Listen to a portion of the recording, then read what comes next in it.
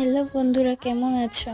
এটা আমার এই প্রথম ভয়েস হচ্ছে না কোন ভয়েস ওভার সাথে কি ভিডিও দেব, তাই আমার মেয়ের একটা নাচের ভিডিও দিয়েই শুরুটা করলাম। আসলে এই ভিডিওটা অনেকটাই পুরনো। আমার মেয়ের বয়স তখন 1.5 বছর ছিল, তখনকার আমার নাচের ভিডিও এটা। তো যদি ভালো লেগে থাকে তাহলে অবশ্যই কমেন্টে জানিও, আর লাইক শেয়ার সাবস্ক্রাইব করো, এটাই বলার।